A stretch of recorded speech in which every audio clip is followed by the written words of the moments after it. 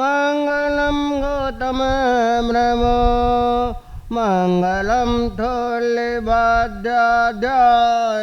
जैन धर्मस्तमंगलम सारमंगल मंगलम सर्वकल्याणकारणम प्रधानं सर्वधर्माणां जैनं जयति शासनं जैनं जयति शासनं तेरे चरणों पर हमारे से सदन रात झुकाते हैं। बोलो तेरे चरणों पर हमारे से सदन रात झुकाते हैं। तूने जान जोटे माया तूने राजपाट छिटकाया तूने जान झूठे माया तूने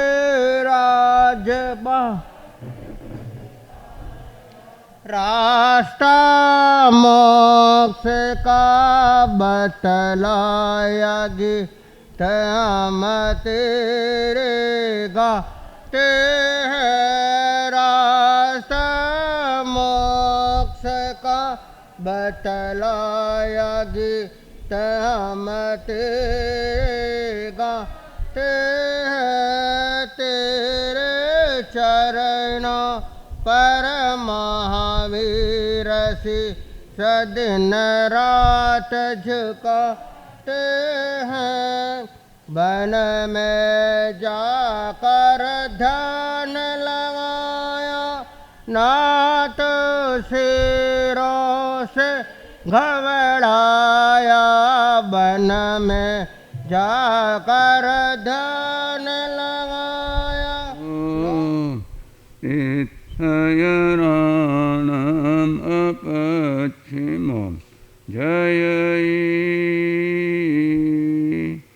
जयै गुरुलोगाणां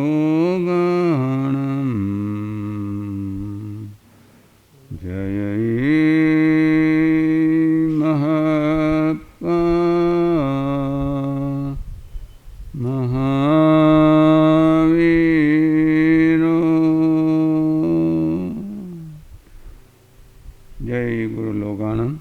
जग गुरु जगानंदो चरम तीर्थेश ज्ञात पुत्र जिन शासन नायक श्रमण भगवान वीर वर्धमान सिंह महावीर स्वानंद के शासन की सदा काल जय हो विजय हो, सदा काल जय हो विजय हो। मेरे अनन्य उपकार अनंत अनंत आस्था के केंद्र ऐसे दीक्षादाता शिक्षादाता संयम प्रदाता श्रुत ज्ञान के प्रदाता संयम जीवन के परम सहयोगी प्रत्यक्ष परोक्ष से उपकारी सभी गुरु भगवंतों का भावपूर्वक स्मरण करके उनके परम पावन चरण सरोजों में हृदय की अनंत अनंत आस्थाओं के साथ कोटि सा वंदना नमस्कार करने के पश्चात अत्र विराजित परम सेवा भावी परम पुरुषार्थी उपकारी पूज्य गुरुदेव श्री विनिवास भागेश प्रवचन गज के श्री मधुर व्याख्यान प्रवर्तक पश्चिम गौतम सब गुणाकर तपो के श्री संजीव मात साहब सरल आदि सभी चारित्रात्माओं के परम पावन चरण कमलों में हृदय की अनंत अनंत आस्थाओं के साथ कोटि सा वंदना नमस्कार करने के पश्चात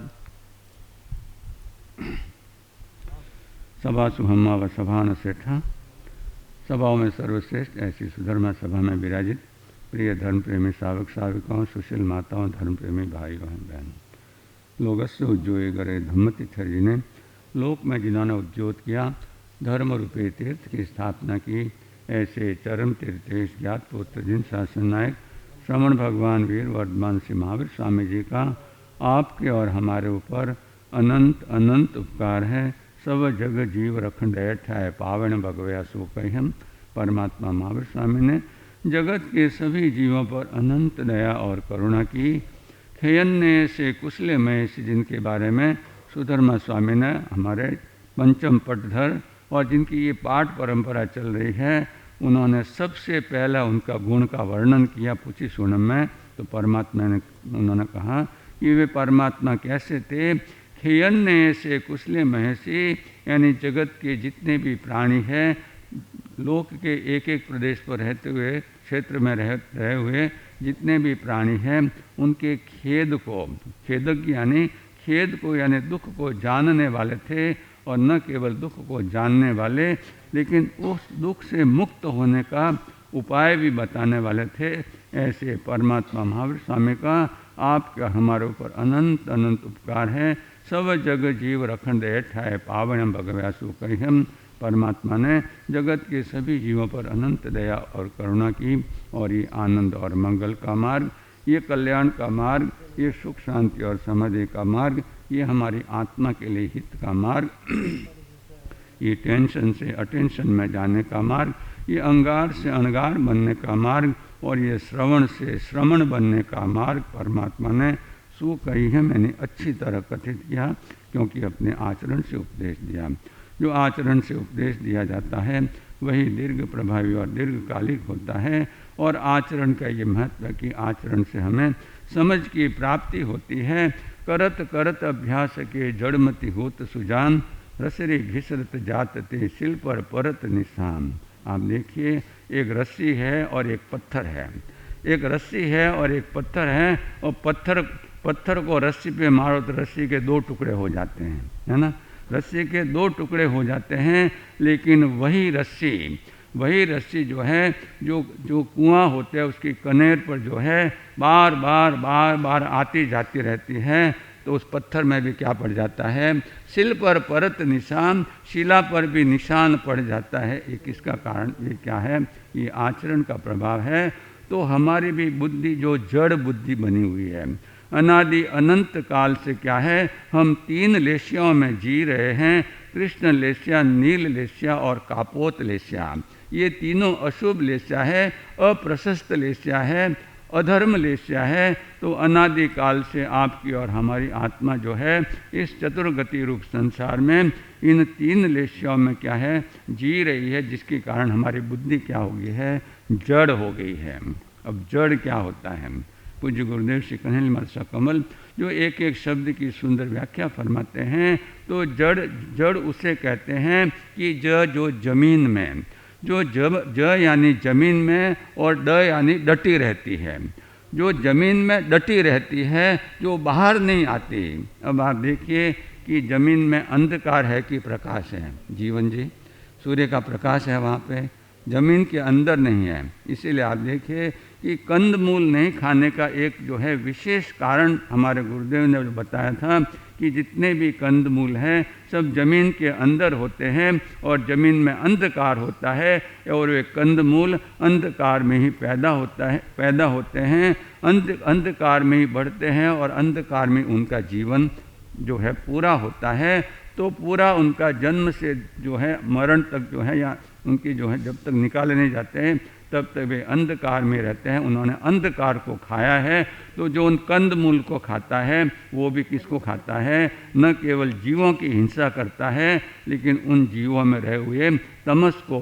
क्योंकि आप देखिए कि आत्मा के लिए भी पूज्य गुरुदेव फरमाते थे कि इस आत्मा में आ यानी आलोक भी है और तमा यानी अंधकार भी है। तो जो हमेशा तमस में रहते हैं उनमें तो तमस्कार कितना होगा, है ना, अधिक से अधिक तमा अंधकार होगा।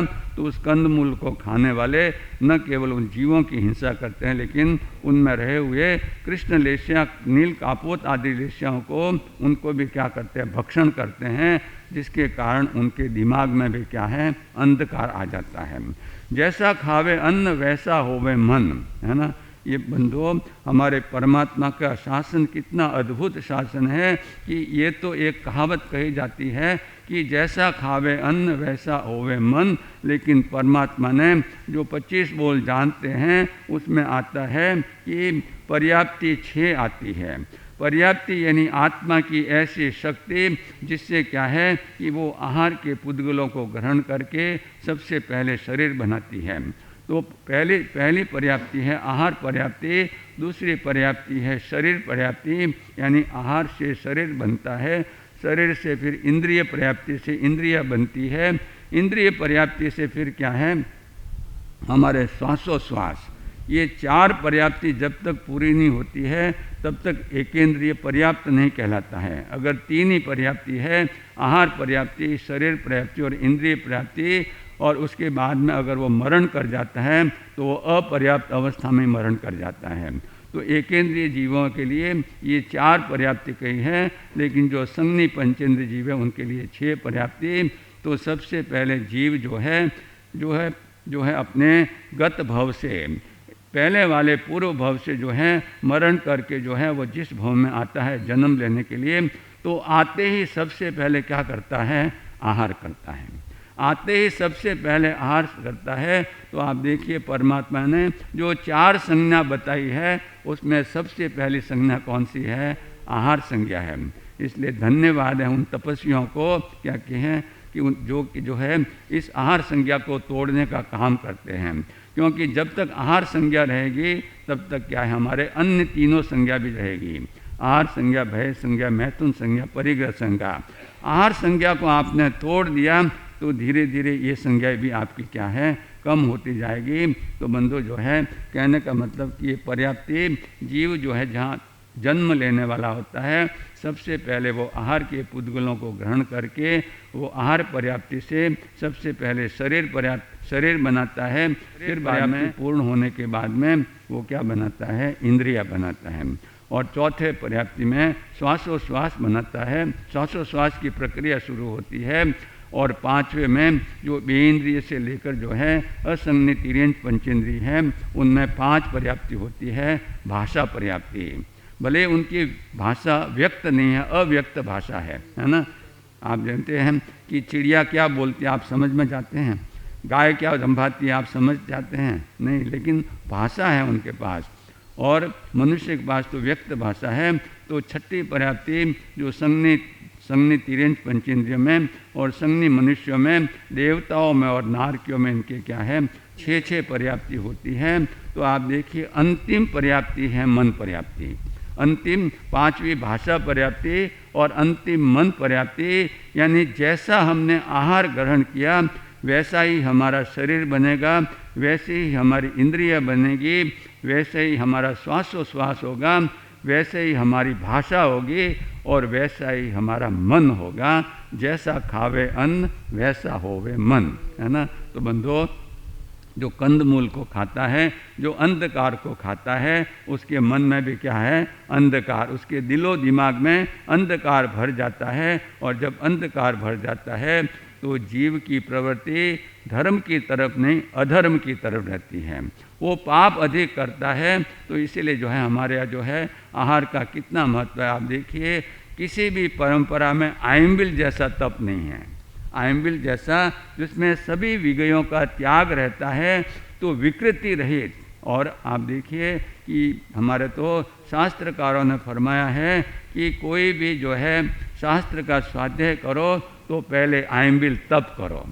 ये हमारे में तो परंपरा कम है, लेकिन आप देखिए हमारे पड़ोसी परंपरा मंदिर मार्गी संप्रदाय में तो है कि जो है किसी में 31 आयम्बिल, किसी में 32, किसी में 60 आचारांग सूत्र पढ़ने के लिए 63 या ऐसे जो है आयम्बिल करने पड़ते हैं, फिर योग्यता प्राप्त होती है और फिर क्या है वो पढ़ सकता है, पहले नहीं है ना। और इसीलिए हमारे महान कवि श्रीमद् राजचंद्र फरमाते हैं कि पात्र बिना वस्तु ना रहे, पात्र बिना वस्तु ना रहे, पात्र आत्मिक ज्ञान, पात्र थवा सेवो सदा।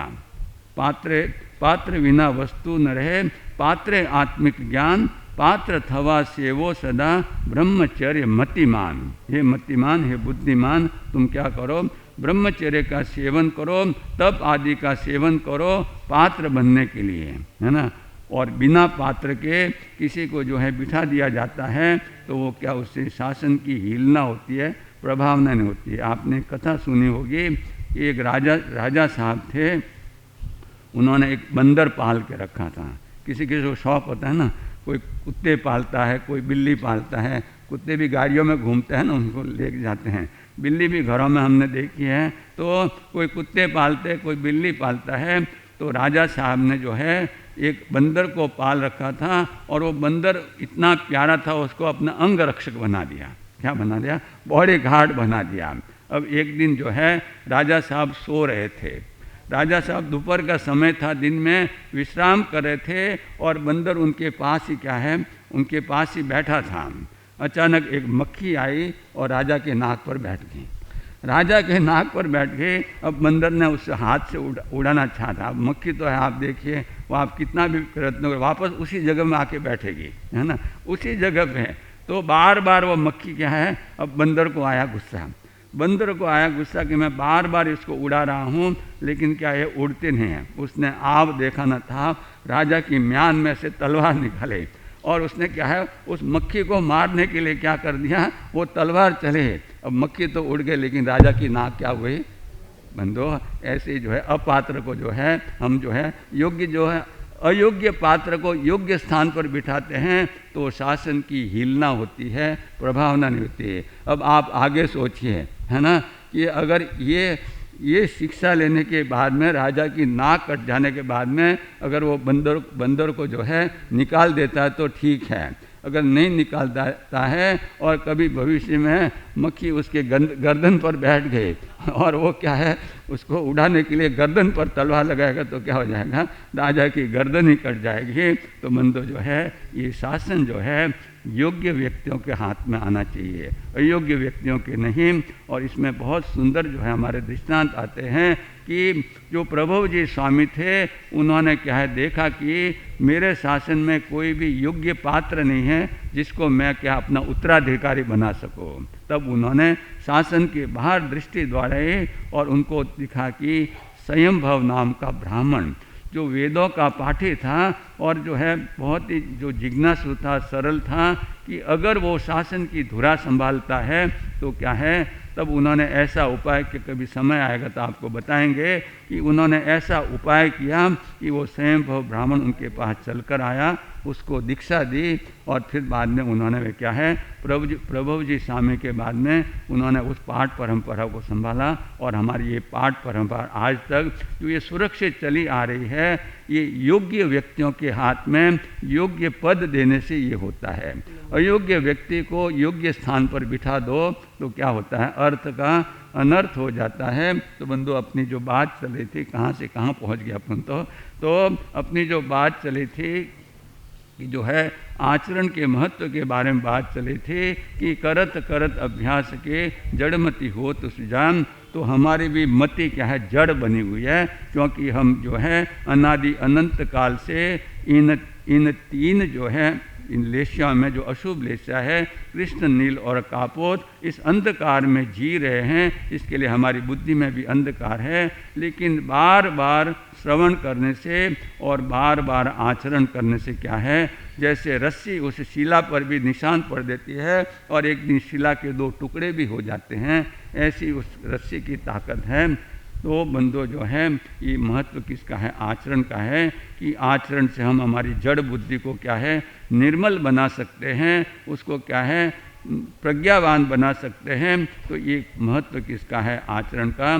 तो कल आपने सुना कि जो है राजा जनक ने क्या है उन पधारिए कि जड़मती होत सुजान, रसरी घिसरत जात ते सिल पर परत निशान। इसलिए प्रतिदिन आप सुन रहे हैं उस चिंतक की बात कि what I hear I forget, मैं जो सुनता हूँ वो भूल जाता हूँ, कोई बात नहीं, चिंता की कोई बात नहीं, ये तो क्या है सहज हमारा क्या है बोलने का स्वभाव है। What I hear I forget, what I see I remember, मैं जो देखता हूँ उसको याद रखता हूँ, अच्छी बात है। लेकिन तीसरा सूत्र जो है सबसे महत्वपूर्ण है, कि what I do I understand, मैं जो करता हूँ वो समझ जाता हूँ, और जो समझ जाता है वही अपने कल्याण को प्राप्त करता है। तो बंधु, कल आपने राजा जनक का दृष्टांत सुना कि उन्होंने क्या है, अपने गुरुदेव से धर्म का श्रवण किया, सत्संग में आकर ऐसा श्रवण किया कि गुरुदेव ने अपनी लीला बताई कि पूरी मिथिला नगरी जल रही है,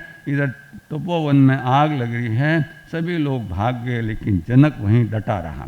जनक जो है, और जब गुरुदेव ने पूछा तो उसने कहा कि गुरुदेव, आपकी कृपा से मुझे ऐसी समझ प्राप्त हुई है कि जो मेरा है वो कभी जलता नहीं, और जो जलता है वो मेरा नहीं। ये समझ जब हमें प्राप्त होगी तब हमारा भी कल्याण होगा। और बंधुओं, जो समझ जाता है वही दूसरों को भी समझा सकता है, जो समझ जाता है वही दूसरों को भी समझा सकता है। जो स्वयं नहीं समझता वो दूसरों को क्या समझाएगा। अंधा किसी का मार्गदर्शन क्या करेगा, बोलो। अंधे को कहो कि भाई तुम आगे चलो, मुझे रास्ता बताओ, है ना। वन में हम जो है खो गए हैं, और अंधे का हाथ पकड़ेंगे तो हम भी अंधे के साथ में क्या करेंगे, आँख होते हुए भी हम भटक जाएंगे। तो बंधुओं, जो समझा है वही दूसरों को समझा सकता है। तो समझ कौन पाता है, समझ कौन पाता है। पूज्य गुरुदेव श्री कन्हैया मरसा कमल जो एक एक शब्द की सुंदर व्याख्या फरमाते हैं, तो समझ वही पाता है जो समझ को समझ जाता है। तो समझ के 3 अक्षर कहते हैं कि जो स यानी सदा, स यानी सदा, म यानी मरण का, स यानी सदा, म यानी मरण का, और झ यानी झाण। ताव कायम ठाणनम मौननम झाणनम, झाण यानी ध्यान।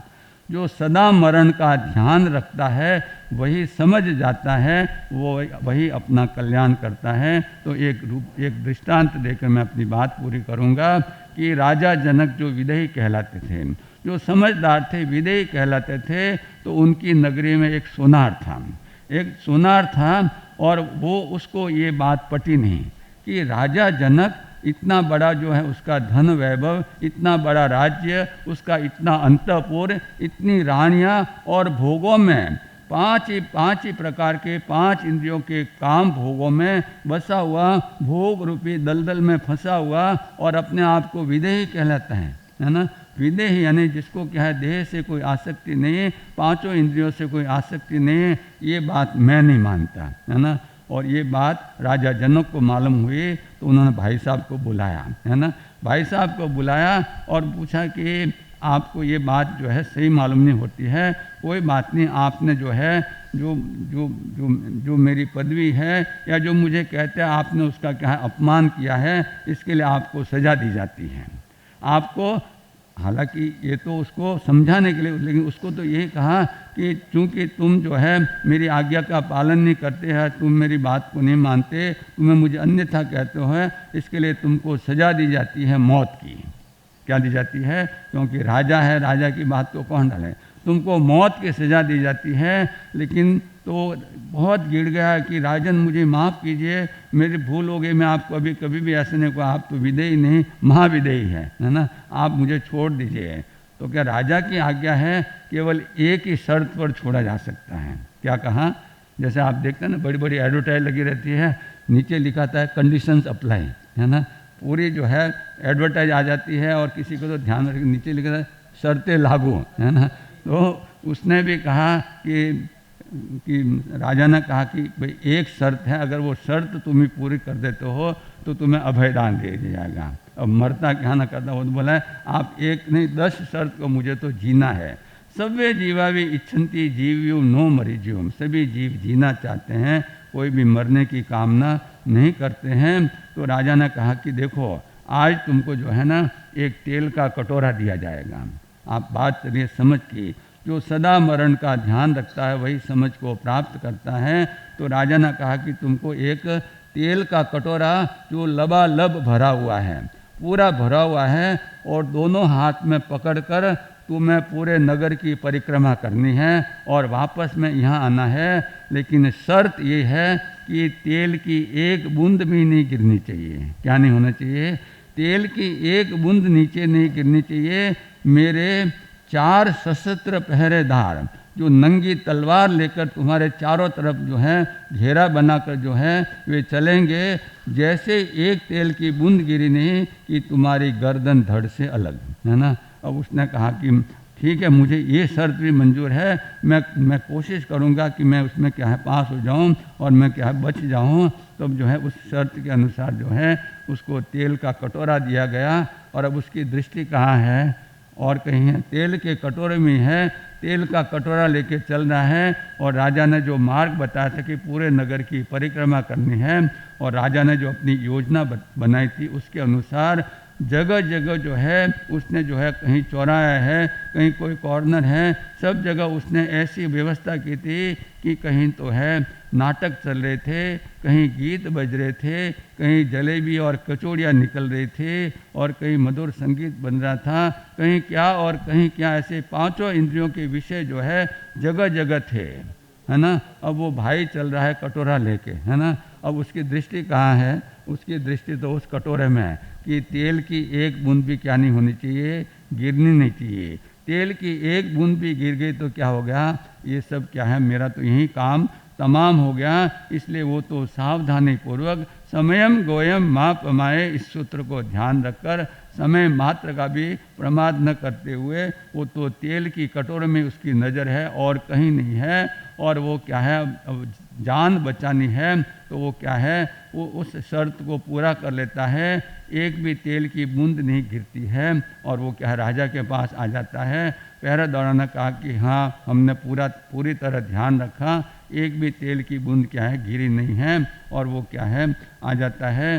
तब राजा ने उससे प्रश्न पूछा कि भाई जान बची और लाखों पाए, घर के बुद्धू घर को आए, है ना। लेकिन ये तो बताओ कि तुमने नगर में क्या क्या देखा, क्या कहा तुम नगर में चारों तरफ घूमे, कहीं गीत बज रहे थे, कहीं जो है कि फरसान हो रहे थे, कहीं मिठाई बन रही थी, कहीं मधुर संगीत बज रहा था, कहीं नाटक हो रहे थे, सब जो है जगह जगह ऐसे थे। बोलो तुमने क्या सुना, क्या सूंघा, क्या चखा, कुछ किया। तो क्या राजन, मैं तो मेरी तो नज़र क्या उस तेल के कटोरे में थे और कहीं नहीं थी, है ना।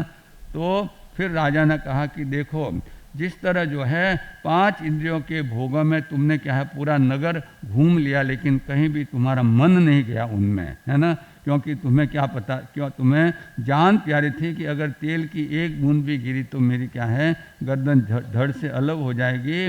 तो जिस तरह जो है तुम उन 5 इंद्रियों के विषयों में आसक्त नहीं हुए, उसी तरह मुझे भी गुरुदेव की कृपा से ऐसी समझ मिली है कि ये 5 इंद्रियों के विषय ही क्या है हमें मरण को देने वाले हैं, है ना। इसीलिए आपका कामरेज, ये कामरेज में पहला अक्षर आता है काम। तो ये काम भी कहता है कि जिससे का यानी काया का, म यानी मरण होता है। इन काम भोगों से काया का मरण होता है।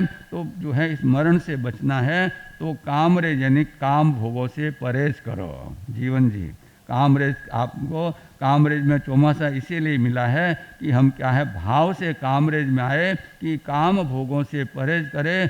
तभी जो है जिस तरह वो सुनार जो है उसने क्या है वो बच गया, तो हम भी क्या है इन इंद्रियों के विषयों से जो है, तो राजा जनक ने उसको समझा दिया कि जिस तरह जो है तुम पूरे नगर में घूमे लेकिन तेल की एक बूंद भी नहीं गिरी, क्योंकि तुम्हारा ध्यान कहाँ था, तेल की कटोरी में था, तुम्हारा ध्यान विषयों पे नहीं था। तो मैं भी इन भोगों के बीच में रहता हूँ, लेकिन जिस तरह जल में कमल रहता है, जहाँ पोमम जले जायम नोवलिपई वारिणा एवं अलितम कामेहिम तम वयम भू महानम। जिस तरह जो है जल में कीचड़ में उत्पन्न हुआ कमल क्या है जल से अरिप्त रहता है, उसी तरह इस काम भोग रूपी संसार में उत्पन्न होते हुए भी जो महापुरुष है, जो सच्चे ब्राह्मण हैं, वो भी उनसे क्या रहते हैं, अलिप्त रहते हैं। तो राजा जनक ने उनको समझा दिया कि इतने काम भोगों के बीच में रहता हुआ भी क्या है, मैं इनसे अलिप्त रहता हूँ, क्योंकि मैं जानता हूँ कि मरण कभी भी आ सकता है।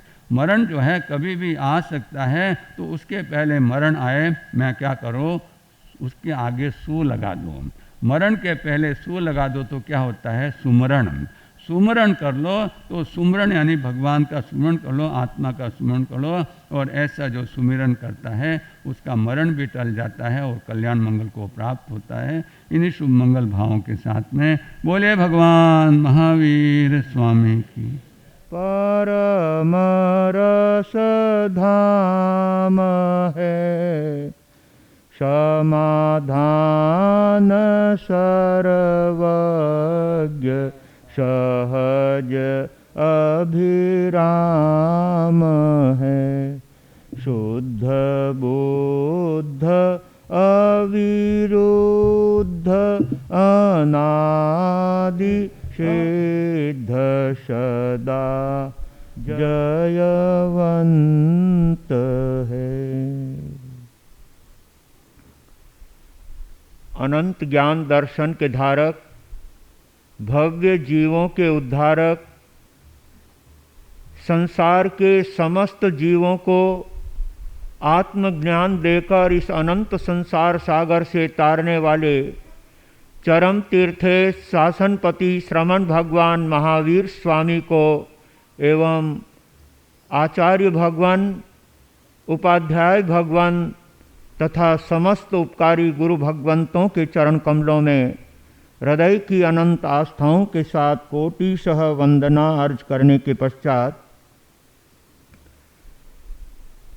मानव कर ले भजन, मानव कर ले पाया मनुष्य जन्म, पाया मनुष्य जन्म फिर नहीं आना। जीवन अपना ये सफल बनाना, जीवन अपना ये सफल बनाना। समझो दुनिया सराय का मेला, समझो दुनिया सराय का मेला। फक्त जावे तू जीव अकेला, फक्त जावे तू यहाँ से अकेला। जगत झूठा सभी, जगत झूठा सभी, गौर करना कभी, गौर करना कभी, जीत लाना। जीवन अपना ये सफल बनाना, जीवन अपना ये बनाना। सार यही है दौलत का पाना, सार यही है दौलत का पाना। दीन दुखियों का दुख मिटाना, दीन दुखियों का दुख मिटाना। कर ले मनन चिंतन, कर ले मनन चिंतन। दुर्लभ पाया ये तन, दुर्लभ पाया ये तन समझाना। जीवन अपना ये सफल बनाना, जीवन अपना ये सफल बनाना। किसको कहता है मेरा ये मेरा, किसको कहता है मेरा ये।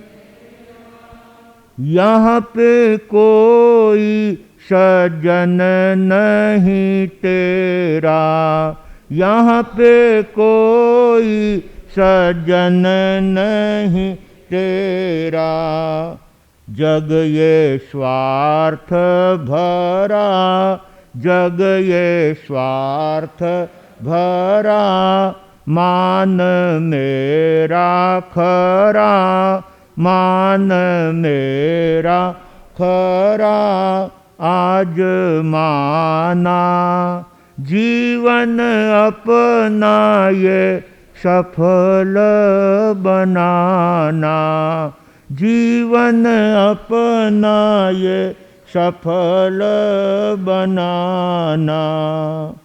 नाथू राम मुनि पद गाए, नाथू राम मुनि पद,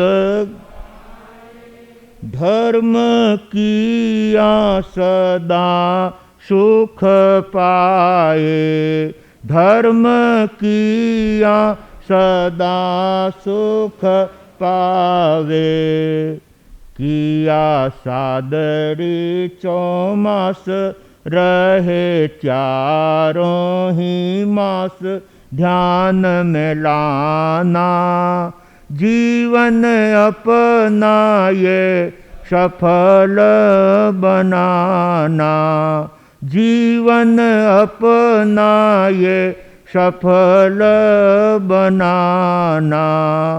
मानव कर ले भजन, मानव पाया मनुष्य जन्म पाया। एक बार सबकी आवाज़ निकलनी चाहिए, तब लगेगा कि सभा भवन में कोई श्रोता लोग बैठे हैं, अन्यथा ऐसा लगेगा कि यहाँ कोई सुनने वाले है ही नहीं, सब नींद लेने वाले ही हैं। एक बार सब उच्चारण करेंगे, मानव कर ले भजन, मानव कर पाया मनुष्य जन्म पाया मनुष्य, फिर नहीं आना जीवन अपना ये सफल बनाना, जीवन अपना ये सफल बनाना।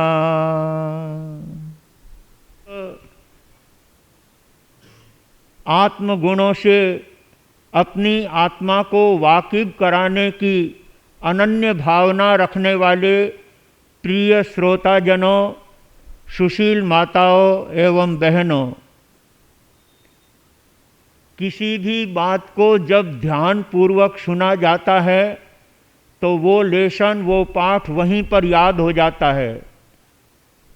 और यदि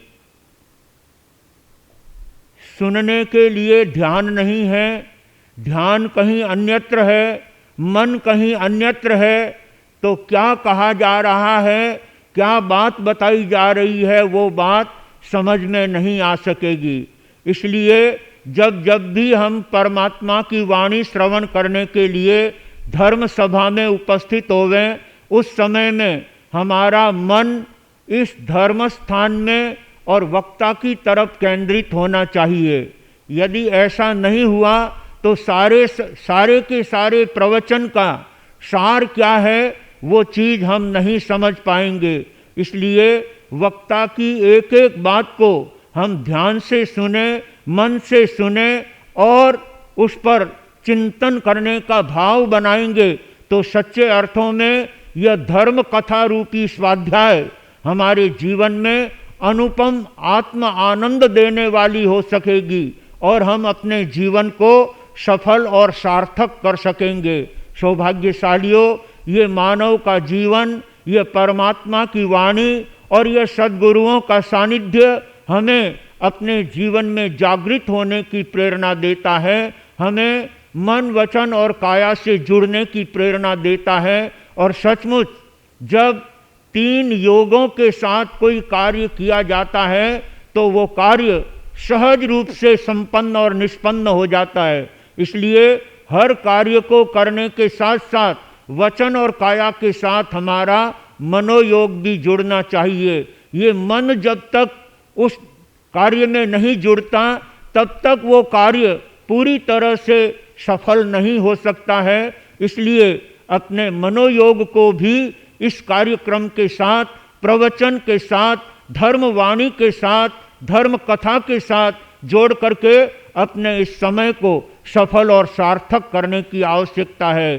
संसार के काम धंधे छोड़ करके आए और यहाँ पर भी अगर हमारे बात सुनने की भावना, प्रवचन सुनने की भावना और मन की एकाग्रता के साथ प्रवचन का लाभ नहीं लिया जाता है तो जो आनंद आना चाहिए वो आनंद जीवन में नहीं आ सकता। इसलिए अपने जीवन को आनंदमय बनाने के लिए प्रवचन के एक एक शब्द को ध्यान पूर्वक श्रवण करना चाहिए, क्योंकि धर्म कथा भी एक प्रकार का स्वाध्याय बताया है। परमात्मा ने 5 प्रकार के स्वाध्याय बताए हैं। उसमें सबसे पहला नंबर है वाचना। गुरु के सन्मुख बैठ करके और उनसे वाचना लेना, चाहे वो सामयिक सूत्र की वाचना हो, चाहे प्रतिक्रमण सूत्र की वाचना हो, चाहे 25 बोल की वाचना हो, या कोई भी धर्म का पाठ गुरु से लिया जाता है तो उस पाठ का आनंद ही जीव के लिए अद्भुत हुआ करता है। इसलिए पहला स्वाध्याय का लक्षण है वाचना। गुरु से वाचना लेनी चाहिए, गुरु से पाठ लेकर के सीखना चाहिए तो वो फटाफट याद हो जाता है, बहुत जल्दी याद हो जाता है। जिनको भी सामयिक और प्रतिक्रमण सूत्र याद करने की भावना है वो दिल से आए और गुरुओं के चरणों में बैठकर सामयिक सूत्र के, प्रतिक्रमण सूत्र के पाठ गुरु मुख से लेकर फिर सीखने का कार्य कीजिए। देखिए आपके लिए ये चातुर्मास अद्भुत ज्ञान का खजाना इकट्ठा करने वाला हो जाएगा। अपने जीवन में ज्ञान का और तत्व ज्ञान का अद्भुत लाभ हम अपने जीवन में प्राप्त कर सकेंगे। और उसके लिए स्वाध्याय का पहला नंबर आता है वाचना। गुरु से वाचना लेकर के, गुरु से पाठ लेकर के याद करना, वो पहला प्रकार का स्वाध्याय है। दूसरे स्वाध्याय का नंबर आता है पूछना। वाचना लेने के साथ साथ अगर उसमें किसी बात का संदेह और संशय हो गया हो तो गुरु के सन्मुख उसको पूछना। पूछने से प्रश्न का हल होता है, पूछने से समाधान मिलता है। इसलिए अपने गुरु से ली गई वाचना के विषय में पूछना, ये दूसरे नंबर का स्वाध्याय है। वाचना, पूछना, और तीसरा नंबर आता है पर्यटना। हम जो कुछ सीखते हैं, चाहे नवकार मंत्र, तिखुतों का पाठ, 24 भगवान के नाम या सामयिक सूत्र के पाठ, उनको रोजाना 24 घंटे में एक बार रिवीजन करना, एक बार फेरना, एक बार उसको वापिस याद कर लेना, जिससे लिया हुआ पाठ हमारा पक्का हो सके, लिया हुआ पाठ हमारा बहुत अच्छी तरह से याद हो सके। नींद में भी अगर कोई जगा करके हमें कोई पूछे कि बोलो इच्छा कारणम, तो तुरंत उसको याद होगा तो फटाफट बोल देगा। इसलिए पर्यटना यानी बार बार ज्ञान को फेरते रहना। ज्ञान को फेरते रहेंगे तो वो ज्ञान बढ़ेगा, वो ज्ञान हमारा और पक्का हो जाएगा। इसलिए सीखे गए ज्ञान को बारंबार रिवीजन करने से भी हमारा ज्ञान पक्का और मजबूत हुआ करता है। इसलिए सभी सौभाग्यशाली इस बात को ध्यान रखें कि ये 5 प्रकार के स्वाध्याय का लाभ हमें जो मिल रहा है उसका हम यथाशक्ति लाभ लेकर के अपने जीवन को ज्ञान के खजाने से भरने का प्रयास करेंगे। वाचना, पूछना, पर्यटना यानी सीखे हुए ज्ञान को फेरना। और चौथा नंबर आता है अनुप्रेक्षा। स्वाध्याय का चौथा नंबर है अनुप्रेक्षा। अनुप्रेक्षा का मतलब होता है जो ज्ञान सीखा है उसके लिए चिंतन करना, उसके लिए गहराई से विचार करना। परमात्मा ने जीव, अजीव, पुण्य, पाप, आश्रव, संवर आदि जो भेद बताए हैं, उसमें जीव किसको कहते हैं, अजीव किसको कहते हैं, पुण्य और पाप कैसे लगता है, ये सारी बातें चिंतन करने से हमारे हृदय में उस ज्ञान के प्रति और परिपक्वता बढ़ती है। इसलिए सीखे हुए ज्ञान को अनुप्रेक्षा के द्वारा, बार बार चिंतन और मनन के द्वारा उस ज्ञान को और अधिक पुष्ट करने का भाव जो रखता है, वो चौथे नंबर का स्वाध्याय करता हुआ अनंत कर्म निर्जरा करने वाला होता है। और 5वां नंबर आता है धर्म कथा। धर्म कथा का लास्ट नंबर आया है, लेकिन एक बात और भी समझने जैसी है। इन 5 स्वाध्यायों के नाम को आप नोट करके रखोगे, जितना जितना ज्ञान आप नोटबुक में लिख करके रखोगे, तो फिर कभी जब देखोगे तो आपकी सुनी हुई बातें और मजबूत हो जाएगी। इसलिए जो जो बातें गुरुदेव की अच्छी लगे, शास्त्र की अच्छी लगे, भगवत वाणी अच्छी लगे, उसको नोटबुक के अंदर नोट कर लेना चाहिए, लिख लेना चाहिए। 100 बार रटा हुआ और 1 बार लिखा हुआ बराबर होता है। इसलिए लिखा हुआ ज्ञान और भी ज़्यादा पक्का होता है। तो भाग्यशालियों, जो जो बातें अपने को अच्छी लगती है उनको नोटबुक के अंदर नोट करके रखिए, और जो कोई चीज़ समझ में नहीं आती है वो गुरु के सन्मुख बैठ करके पूछना चाहिए, जिससे हमारा ज्ञान परिपुष्ट होता है। 5वां नंबर है धर्म कथा। गुरुओं के सन्मुख बैठ करके धर्म कथा सुनने से, परमात्मा की वाणी सुनने से हमारे कानों की शोभा होती है, कानों का सदुपयोग होता है। ये कान मिले हैं परमात्मा की वाणी सुनने के लिए, ये कानों का उपयोग गुरु वाणी सुन करके इस कान का हम सदुपयोग करें। लेकिन इन कानों के द्वारा संसार की बातें सुनना, रेडियो के ऊपर आने वाले चित्रहार पर जो फिल्मी गाने हैं, सांसारिक गाने हैं, 5 इंद्रियों के विषयों का वर्धन करने वाले हैं, ऐसे भजन और गायन सुनने से कानों की शोभा नहीं होती है।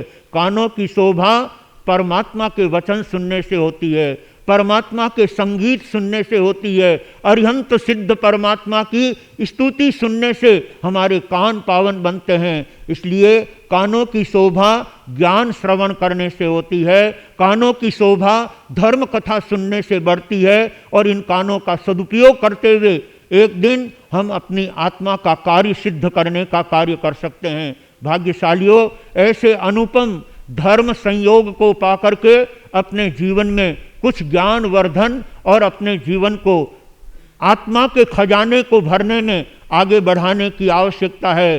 संसार का खजाना आप चाहे जितना भर लेंगे, परंतु जिस समय यहाँ से रवाना होंगे उस समय में एक भी तार साथ में नहीं चलेगा, एक भी पैसा अपने साथ में नहीं चलेगा। इसलिए ज्ञानी कहते हैं अपने जीवन को धर्म से जोड़ने का प्रयास करो, जो आपकी आत्मा को यहाँ भी आनंद प्रदान करेगा और आगे भी जीवन में आनंद प्राप्त करेगा।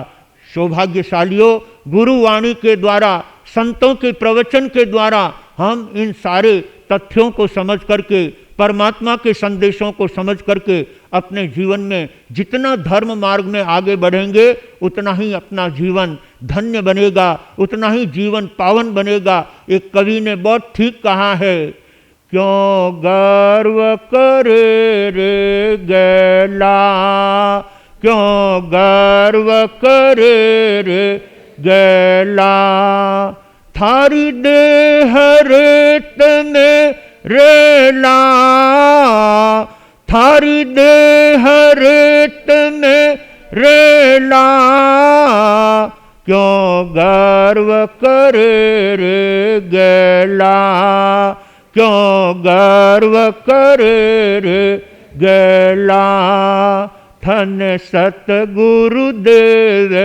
हेला, धन सतगुरु देव हेला, सतसंग सु नावती रेला, सतसंग सु नावती रेला, क्यों गर्व करे रे गैला, क्यों गर्व करे रे गैला। सचमुच गर्व करने वाला व्यक्ति अज्ञानी होता है, गर्व करने वाला व्यक्ति मूर्ख होता है, गर्व करने वाला व्यक्ति गैला होता है, ना समझ होता है। अगर हम समझदार बनना चाहते हैं तो कभी भी किसी वस्तु को लेकर गर्व नहीं करना चाहिए, घमंड नहीं करना चाहिए, अभिमान नहीं करना चाहिए। अभिमान किसी व्यक्ति का टिकता नहीं है। मान करंता मर गए, रहा न उनका वंश, तीनों टीले देख लो, रावण कौरव कंस। तीनों मान और अभिमान के झूले में झूलते थे, आज उनका नाम निशान भी नहीं रहा। कोई उसका नाम रखना पसंद करता है? कोई रावण अपने लड़के का नाम रखता है? कंस अपने लड़के का नाम रखता है? कोई नहीं रखता है। उनका नामो निशान समाप्त हो जाता है जो मान और अभिमान करते हैं। यानी तो ये कहते हैं, सत्संगसु नाव तिरेला, संतों का समागम, संतों की संगति, वो हमारे जीवन को ऊंचा उठाती है। यदि हम अपनी भवजल की नौका को पार करना चाहते हैं तो संतों के प्रवचन से भावित बन करके अपने जीवन को धर्म भावनाओं में लगाइए, तब त्याग में लगाइए, वही जीवन को पावन बनाने वाला है। गर्व और अभिमान करता हुआ वो महाबल अपने बड़े भ्राता चंदन राजा के लिए गलत विचार करता है, अनुचित विचार करता है और अपने भाई साहब को रातों रात मारने का नक्की कर लेता है। परंतु धन्यवाद उस मदना दासी को है जिसने महाराजा चंदन और उसके पूरे परिवार को सुरक्षित राजमहलों से निकाल दिया और एक ऐसे सुरक्षित मार्ग पर उनको आगे बढ़ा दिया कि अब आपको कोई नुकसान नहीं पहुंचा सकता, अब आपका कोई बाल बांका नहीं कर सकता। आप अपना आगे का रास्ता तय कीजिए, जब समय आएगा तब आपको पुनः ये राज्य मिलेगा। इस तरह से कहती हुई दासी मदना वापिस महलों में चली आती है और महाराजा चंदन, मलयागिरी रानी और उनके दोनों लाडले राजकुमार शायर और नीर, चारों के चारों प्राणी जंगल की तरफ प्रस्थान कर जाते हैं। बहुत देर तक दासी उनको देखती रही। जो प्रिय व्यक्ति होता है वो जब तक अपने आंखों से ओझल नहीं हो जाता है तब तक लोग उसको देखते रहते हैं। जिनके प्रति आत्मीयता होती है, जिनके प्रति अपनापन होता है, वो जब तक दिखाई देता है उसको देखने से मन हटता ही नहीं है। ये संसार की वस्तु स्थिति है। बंधुओं, राजा चंदन अपने चारों साथियों के साथ, अपने चारों पारिवारिक सदस्य के साथ जंगल के अंदर आगे बढ़ जाता है। ये बात अपने यहाँ पर बताई जा रही है। युग युग से भारत में यह अमर कहानी, धन्य चंदन राजा और मलयागिरी रानी। धन्य चंदन राजा और मलयागिरी रानी।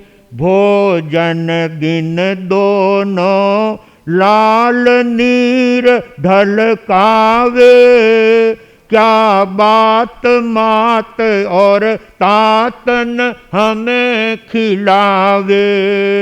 भूखे बच्चों की आते अब कुरलानी, धन्य चंदन राजा और मलयागिरी रानी। धन्य चंदन राजा और मलयागिरी रानी।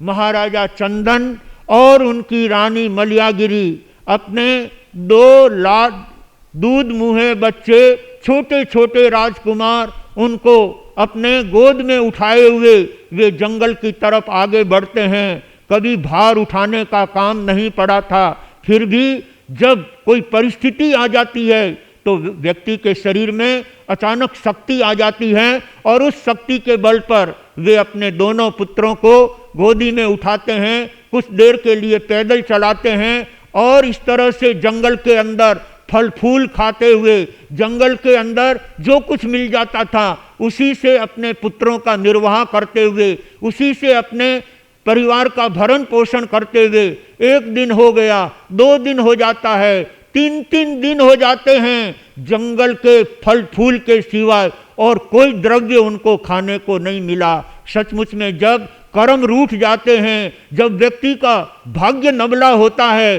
तब ऐसी परिस्थितियां जीव के सामने आ जाया करती है। ज्ञानी कहते हैं इन कर्मों को करने वाला आत्मा खुद है। कोई दूसरा हमें दुखी नहीं करता है, कोई दूसरा हमें तकलीफ नहीं देता है। हमारे खुद के किए हुए अशुभ कर्म, हमारे जीवन में किए हुए पाप आचरण, वो ही हमारे जीवन को तकलीफ देते हैं। और इस बात को चंदन राजा और मलयागिरी रानी बहुत अच्छी तरह जानती है, क्योंकि वो जैन धर्म के अनुयायी थे, वो कर्म सिद्धांत को मानते थे और इसीलिए अपने भाई पर किसी तरह का गुस्सा नहीं करते हुए, अपने भाई के प्रति किसी प्रकार का द्वेष नहीं करते हुए, वो सोचते हैं ये हमारे ही अशुभ कर्मों का उदय है। इसलिए ये समय भी निकल जाएगा, जब राजमहल नहीं रहे तो ये दुख की घड़ियां भी नहीं रहेगी। हमें अपने पुरुषार्थ के द्वारा अपना भरण पोषण करना है और अपने पुत्रों का निर्वाह करना है। छोटे छोटे बच्चे क्या समझे, राजा और रानी तो समझते हैं, लेकिन अभी बच्चों ने तो कोई स्वरूप दुनिया का समझा ही नहीं था। इसलिए वो बच्चे अपने मन में विचार करते हैं कि माता पिता हमको कुछ खाने को ही नहीं देते हैं। रोज तो सवेरे उठते ही हमारे सामने बादाम और पिस्तों का दूध तैयार मिलता था, हमारे सामने नाश्ता तैयार मिलता था, भोजन के समय भोजन तैयार मिलता था। आज 3-3 दिन हो गए हमें दूध ही दिखाई नहीं देता है। दूध किधर गया, किधर वो सब खाने पीने की सामग्री गई? माता पिता किस बात को लेकर हमसे रूठ गए हैं? क्यों हमको खिलाना पिलाना नहीं करते हैं? लेकिन माँ बाप समझते हैं कि अभी हम खुद उन चीज़ों से वंचित हैं, अपने पुत्र को कैसे वो सारी वस्तु दे सकते हैं? लेकिन फिर भी अपने बच्चों को अपने आंचल में लिए हुए उनको जिस किसी भी तरह से समझा बुझा करके वे धीरे धीरे आगे बढ़ते हैं। और तीसरे दिन जब कदम भरते हुए वे कहाँ पहुँचते हैं, वो बात यहाँ पर बताई जा रही है। यो 3 रोज के बाद कनकपुरी आए, नगरी के बाहर ठहर धैर्यता लाए।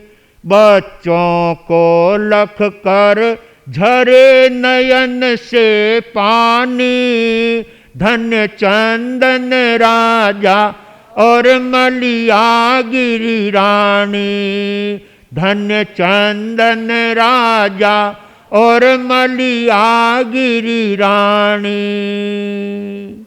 3 दिन तक चलते चलते जंगल का रास्ता तय करते करते वे तीसरे दिन कनकपुरी नगरी के अंदर, कनकपुरी नगरी के बाहर पहुँचते हैं। और नगर के बाहर एक बगीचा आया हुआ था, उस बगीचे में जाकर वे विश्राम लेते हैं। दोनों बच्चे रो रहे हैं, माता पिता हमें कुछ खाने को दो, भूख लगी है, हमको बहुत गहरी भूख लगी है, कुछ तो खाने के लिए दो।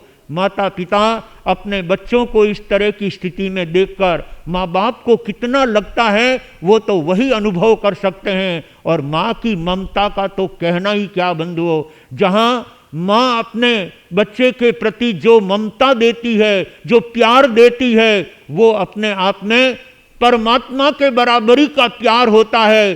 परमात्मा के बराबरी की करुणा उस माँ के दिल में हुआ करती है। रानी विचार करती है, मेरे बच्चे 3-3 दिन से खाए पिए बिना बैठे हैं, हमने जंगल के फल फूल के सिवाय इनको अब तक कुछ नहीं खिलाया है, बच्चों पर क्या गुजरती होगी।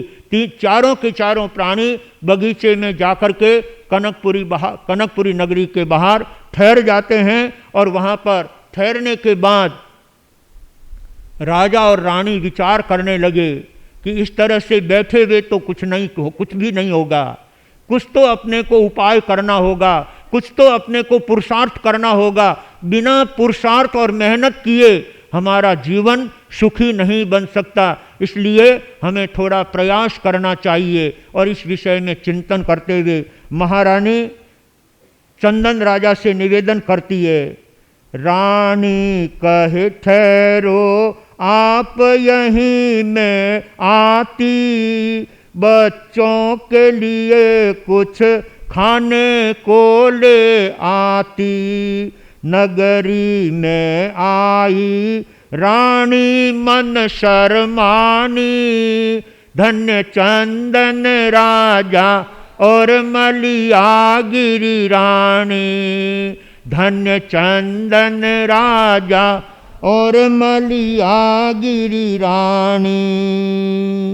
महारानी मलियागिरी राजा चंदन से निवेदन करती हैं, आप ये बच्चों की देखभाल कीजिए, मैं इस कनकपुरी नगरी में जाती हूँ और कहीं से भी खाने पीने की सामग्री मांग करके अपने बच्चों के लिए ले आती हूँ। कम से कम इनको प्रेम पूर्वक खाना मिल जाए तो भी हमको बड़ी खुशी मिलेगी, हमको बड़ी प्रसन्नता होगी। और उस प्रसन्नता को लिए हुए महाराजा के हाथों में बच्चों को सौंप करके और रानी कनकपुरी नगरी के बाजार में जाती है। बाजार सजे धजे थे, सारा बाजार खुला था, बड़े बड़े सेठ साहूकार अपनी अपनी दुकानों पर बैठे हुए हैं, धोती पहने हुए, पगड़ी बांधे हुए और गले में सोने की चैन डाले हुए। कई लोग कपड़ा का व्यवसाय कर रहे हैं, कई जो हैं वहाँ पर जवेरात का काम कर रहे हैं, कई अपने हाथों से विविध प्रकार के दुकानदारी लेकर के बैठे हुए हैं। रानी उस बाजार में प्रवेश करती है, इस किनारे से लेकर उस किनारे तक चली जाती है, वापिस उस किनारे से इस किनारे आ जाती है, लेकिन किसी के सामने हाथ फैलाने का मन नहीं करता है। जो बड़े घर घराने के होते हैं वो एकदम किसी के सामने हाथ नहीं पसारते हैं। ज्ञानी कहते हैं, लाखों को खिलाकर फिर जो खाने वाली, कैसे अब हाथ पसारे दशा निराली।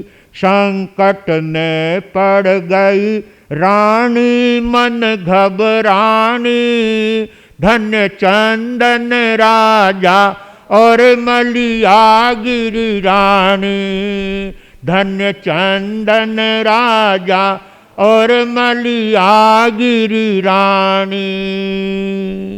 जो व्यक्ति लाखों को खिलाकर फिर स्वयं खाते थे, जो हमेशा अपना हाथ ऊपर की तरफ रखते थे, हजारों लोगों को अपने हाथों से बांट देते थे, सामग्री देते थे, खाने पीने का सामान देते थे, आज उनके पास खाने पीने के लाले पड़ रहे हैं, उनको स्वयं को खाने को नहीं मिल रहा है। और ऐसी परिस्थिति जब कर्म उदय में आते हैं तो इस तरह की तकलीफ का सामना जीव को करना पड़ता है। आज से लगभग 25 वर्ष पहले जब मोरवी का बांध टूटा था, उस समय में हजारों लखपति, हजारों करोड़पति बेघर हो गए, जिनके यहाँ पर हीरे पन्ने माणक मोती पड़े रहते थे, आज उनके पास एक पैसा भी नहीं रहा। गांव छोड़ करके उनको अन्यत्र जाना पड़ा, दर दर के भिखारी जैसे बन गए।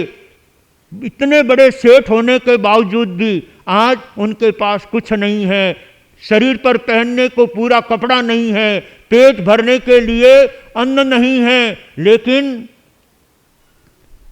जब बंधुओं पेट में भूख लगी होती है तब व्यक्ति को कुछ भी करने के लिए मजबूर हो जाना पड़ता है। वे भी लोगों के सामने हाथ फैला करके और कहते हैं, हमें 2 टूक रोटी खाने को मिले, बस इतना ही चाहिए, बाकी जो काम कहोगे वो हम करेंगे। जो 10-20 नौकर के बीच में बैठे रहते थे, नौकर उनका हुक्म उठाते थे, लेकिन आज वो दूसरों का हुक्म उठाने में लग गए। ये सब जब हल्के कर्म उदय में आते हैं, नीचे कर्म उदय में आते हैं, पाप का उदय होता है, तब अनायास व्यक्ति सुख के क्षेत्र से छूट करके दुख के गहरे गर्त में जाकर के गिर जाता है। आइए सौभाग्यशालियों, वो रानी 3-4 आंटे बाजार में लगा देती है, लेकिन मन नहीं होता है कि मैं किसी के सामने हाथ फैलाऊं। लेकिन जब जब वो बच्चों की तरफ देखती है तो उसके मन में भाव आते हैं, अब तो मुझे किसी के सामने आजीजी करनी ही पड़ेगी, अब तो मुझे किसी को निवेदन करना ही पड़ेगा, अपना पेट भरने के लिए, अपने बच्चों का पेट भरने के लिए किसी न किसी से मुझे मांगना ही पड़ेगा। रानी ने 3-4 आंटे लगाए। दुकान पर बैठे हुए कितने ही श्रेष्ठी वर्य उन्हें राउंड लगाते हुए देख रही है। एक सेठ जिसके मन में विचार आया कि ये कोई असाधारण घर की स्त्री लगती है और किसी कर्मों के वशीभूत होकर के हमारे गांव में आई है, ये दुखी है, तकलीफ में है, ऐसे समय में हमको सहयोग करना चाहिए। जो वास्तव में खानदानी होते हैं, जो समझदार होते हैं, जो विवेकवान होते हैं, वो दुखियों के प्रति अपनी करुणा बहा करके, अपनी दया भावना ला करके उनके दुख को मिटाने का प्रयास करते हैं। रानी सेठ की दुकान पर नहीं गई, लेकिन सेठ साहब उठ करके रानी के पास आते हैं।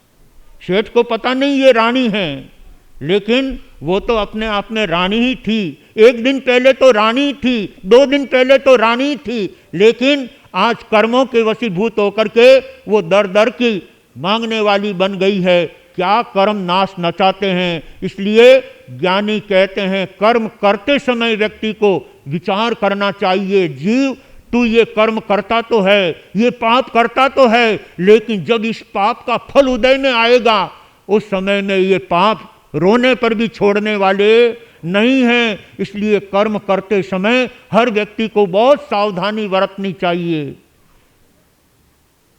रानी जिन भावों को लेकर बाजार में आई है, उन्हीं भावों को पूरा करने के लिए, रानी की इच्छा पूर्ति करने के लिए सेठ साहब उतर करके बाजार में उस रानी के पास आते हैं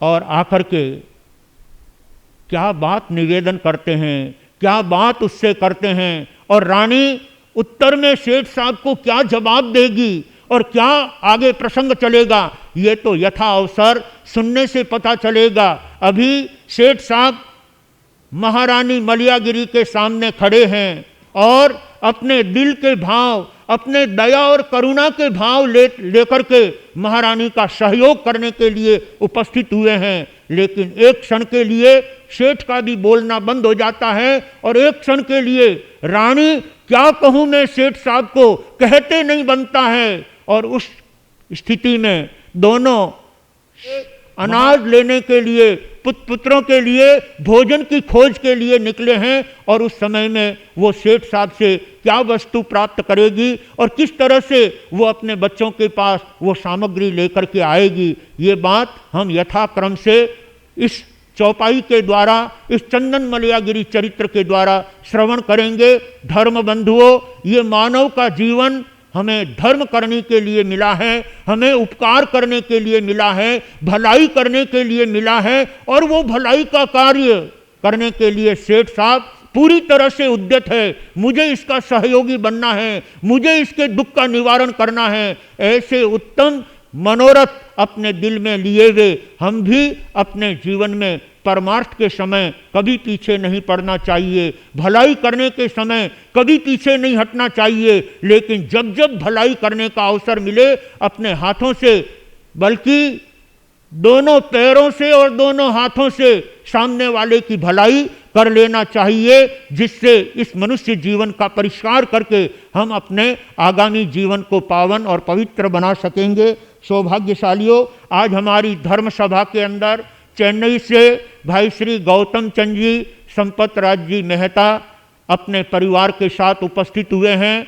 साहूकार पेट चातुर्मास में इन्होंने 4 ही महीने मेहता परिवार ने जो अपनी अद्भुत सेवाएं दी है और उसके बाद 2023 में टिही गांव में जब हमारा चातुर्मास था तब भी मेहता परिवार की बहुत अच्छी सेवाएं रही है, बहुत अच्छी इनकी गुरु भक्ति है। ऐसे श्रावक परिवार जब संतों के सन्मुख आते हैं तो बड़ा संतों को भी मन में आनंद का अनुभव होता है। धर्म करने वाले, सेवा भाव अपने दिल में लेकर चलने वाले श्रावक जब जब गुरुओं के सामने आते हैं तो गुरुओं को भी बहुत अच्छा लगता है। ऐसे चेन्नई से सेवाभावी परिवार हमारे बीच में उपस्थित है। तो इधर महेंद्र भाई आहिर, प्रमुख सूरत जिला हिंदू धर्म सेना गोरक्षक और जो कामरेज के अंदर बिल्डर का काम करता है, ऐसे भाई महेंद्र जी आहिर हमारे बीच में उपस्थित है। और आने वाले समय में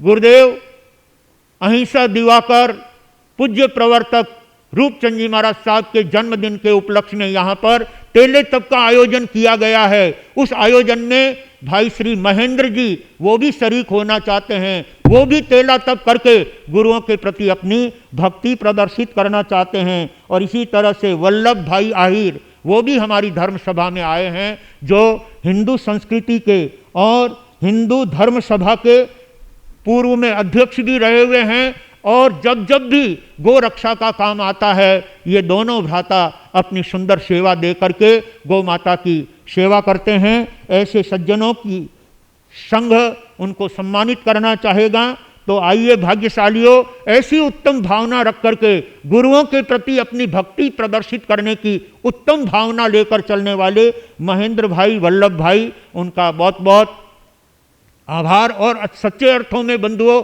जब व्यक्ति उत्तम कार्य करने के लिए अपने समाज में आगे बढ़ता है तो वो सबके लिए अपने आप में सम्माननीय हो जाता है। हम ऐसे सम्मान के कार्य करेंगे तो हमारा जीव भी सम्मानित बनेगा, हमारा जीवन भी श्रेष्ठ बनेगा। इसी तरह से श्रीमान सौरभ जी संचेती की धर्मपत्नी रचना जी संचेती के आज 8 उपवास की तपस्या के पचखान हैं और संघ के द्वारा उनका बहुमान है। सचमुच हर दिन 28 के, 9 के, 11 के कोई न कोई पचखान बड़ी तपस्या के जब से चौमासा लगा है तब से, और बल्कि यूँ कह दूँ जब से हमने प्रवेश किया है तब से, और यूँ कह दूँ कि प्रवेश से पहले कई बहनों के तो 8-8 उपवास हो चुके थे। ऐसे तब की अनुपम भावना रख करके अपने इस कामरेज संघ का गौरव बढ़ाने वाले मैं श्रीमती रचना जी संचेती के 8 उपवास की तपस्या के इस उपलक्ष्य में 2 पंक्तियां भजन की देना चाहूँगा। और उसके बाद प्रथम मंगल पाठ होगा और उसके बाद तपस्वी के तप प्रत्याख्यान और फिर उनके तप का बहुमान होगा। आइए। तपस्या जीवन रोशन गार सारा ज्ञानी के वे, तपस्या जीवन रोशन गार सारा ज्ञानी के वे, तप में भारी चमत्कार सारा ज्ञानी के वे, तप में भारी चमत्कार सारा ज्ञानी के वे। तपस्या से हमारा जीवन सुशोभित बनता है, तपस्या से हमारा जीवन अलंकृत होता है। आइए सौभाग्यशालियों, ऐसे तप के गहने पहन करके अपने जीवन को सुशोभित करना चाहिए। महाराजा श्रेणिक की 10 रानियों ने, किसी ने रत्नावली तप, किसी ने कनकावली तप और महासिंह निष्क्रीडित तप, ऐसे विविध प्रकार के तप अनुष्ठान करके उन्होंने गृहस्थ अवस्था में वो हीरे पन्ने के हार पहने थे, लेकिन दीक्षा लेकर के, संयम लेकर के, परमात्मा के शासन को पाकर उन्होंने तपस्या के रत्न अपने शरीर पर धारण किए और इन हाडकों की हुंडियां बना दी। सचमुच में बंधुओं, हाडकों की हुंडियां तब बनती है जब व्यक्ति अपने जीवन में तप का आचरण करता है। रचना बहन ने 8 उपवास करके अपने संचेती परिवार का और साथ ही कामरेज संघ का गौरव बढ़ाने का काम किया है। बहन को बहुत बहुत धन्यवाद और उनके तप की भूरी भूरी अनुमोदना। और इसी के साथ प्रथम मंगल पाठ और उसके बाद उनके पचखान के कार्यक्रम। चत्तारि मंगलम अरिहंता मंगलम सिद्धा मंगलम शाहू मंगलम केवली पन्नतो धमो मंगलम। चतारी लोगुत्तमा अरिहंता लोगुत्तमा सिद्धा लोगुत्तमा शाहू लोगुत्तमा केवली पन्नतो धमो लोगुत्तमो। चतारी शरणं पविज्झामि अरन्ते शरणं पविज्झामि सिद्धे शरणं पविज्झामि शाहू शरणं पविज्झामि केवली पन्नतम धम्मम शरणं पविज्झामि। 4 मंगल 4 उत्तम 4 शरणा और दूजा कोय, जो भव्य प्राणी आदरे अक्षय अमर पद हो। परसों के दिवस से आचार्य सम्राट श्री आनंद सिंह जी महाराज की जन्म जयंती का दिवस है, अतः अधिक से अधिक संख्या में आयमिल तप की क्या है आराधना करनी है। आप अपने नाम अवश्य में बहनों में उर्मिला बहन के पास और इधर राजू भाई नंगावत के पास अपने नाम अवश्य लिखा देंगे। अभी तक 108 की जो संख्या होनी चाहिए वह 108 की संख्या अभी नहीं हुई है। आप लोग और अपना पुरुषार्थ जगाएं और परसों के दिवस आइमिल के में अपना नाम अवश्य में क्या है लिखाएंगे। आमिल की व्यवस्था महावीर भवन में ही दिनेश जी पोखरना की तरफ से आमिल की प्रभावना और वह आमिल की व्यवस्था सभी रखी हुई है। अतः आप लोग अधिक से अधिक संख्या में अवश्य में आमिल तप की आराधना करेंगे। साथ ही आचार्य सम्राट श्री आनंद सिंह जी महाराज के जन्म जयंती के निमित्त परसों रविवार के दिवस से 27 तारीख को एक प्रतियोगिता का आयोजन किया गया है। 2 से 3 बजे तक जाप जो चलता है वह 2 से 3 चलेगा और 3 से 4 बजे तक वह प्रतियोगिता रहेगी। अतः आप लोग जिनकी भी रुचि हो वह उर्मिला बहन और उधर राजू भाई के पास या पुरुषों के पास से आप अवश्य में प्रत्येक प्रतियोगिता में अवश्य भाग लेंगे। आपको जीवन परिचय का क्या है परिपत्र मिलेगा और उसके आधार पर उस दिन लिखित परीक्षा होगी। आप अपनी पूर्ण रूप से क्या है तैयारी करेंगे और उस परीक्षा में अवश्य बैठेंगे। सामूहिक तेले तप के लिए कार्यकर्ता गांव-गांव क्या है घूम रहे हैं और यहाँ पर भी महिला मंडल वाले सब जगह क्या है घूम रहे हैं। आप उनका उत्साह बढ़ावें और अवश्य में तेले तप की आराधना करने का लक्ष्य बनावें। अभी से आप क्या है वह मतलब स्लिप ले लेवें, स्लिप भरवा देवें और अपना संकल्प पूर्ण रूप से कर लेवें।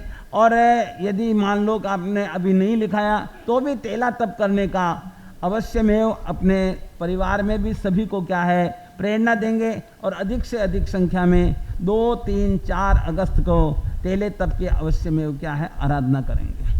सबसे पहले तपस्या के प्रत्याख्यान श्रीमती रचना जी, सौरभ कुमार जी संचेती, उनके आज 8 उपवास के प्रत्याख्यान है। नमो लोए सब साहुणम ऐसो पंच नमोकारो सब पावपणा सनो मंगलान च सब्बे सिंह पड़मंग हवई मंगलम वो सग्गाहारम पासम पासम वंदामि कमगण मुक्कम विसाहार विष्णुन्नासम मंगल कल्याण आवासम विसाहार पुलिंगवंतम कंठे धारी जोसया मनुवम तस्सगह रोगमारी दुष्ट जरा जंति वसामम तो तुझ प्रणामो विभो फलो नर तिरिये सुवि जीवा पावंतेन दुख तो गम तो असमत्ते लद्दे चिंतामणि कपवाय बभये पावंते विज्ञानम चिवाय रामरम ठाणम ये संतो अमहम चारस्नं खायम साइमम अनत्था भोगेनम सहसा गारेणम सब समाहि वत्यागारेणम वो श्रे। तपस्या करने वालों को, जिन शासन की शान बढ़ाने वालों को, रचना बहन कहाँ से है? 28 तप की तपस्विनी बहन का सम्मान बहुत बड़ी बात है। ऐसे लाभ आपको लाखों रुपए खर्च करने, वर्षी तप की आराधना के बीच 5 उपवास का बोली लेकर के बहन के सम्मान का भाव बनाया है। आइए सौभाग्यशालियों, अब संघ के द्वारा इनका सम्मान होगा। दो सम्मान जगदीश जी कालिया की तरफ से होंगे।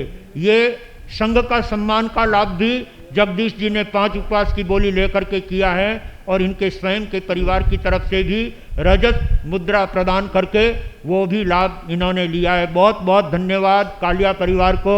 और चावत परिवार में भी तपश्चर्या चल रही है हमारे यहाँ पर। आज 6 उपवास है चावत परिवार में भी और आगे बढ़ने के भाव हैं। बहुत बहुत धन्यवाद हैं।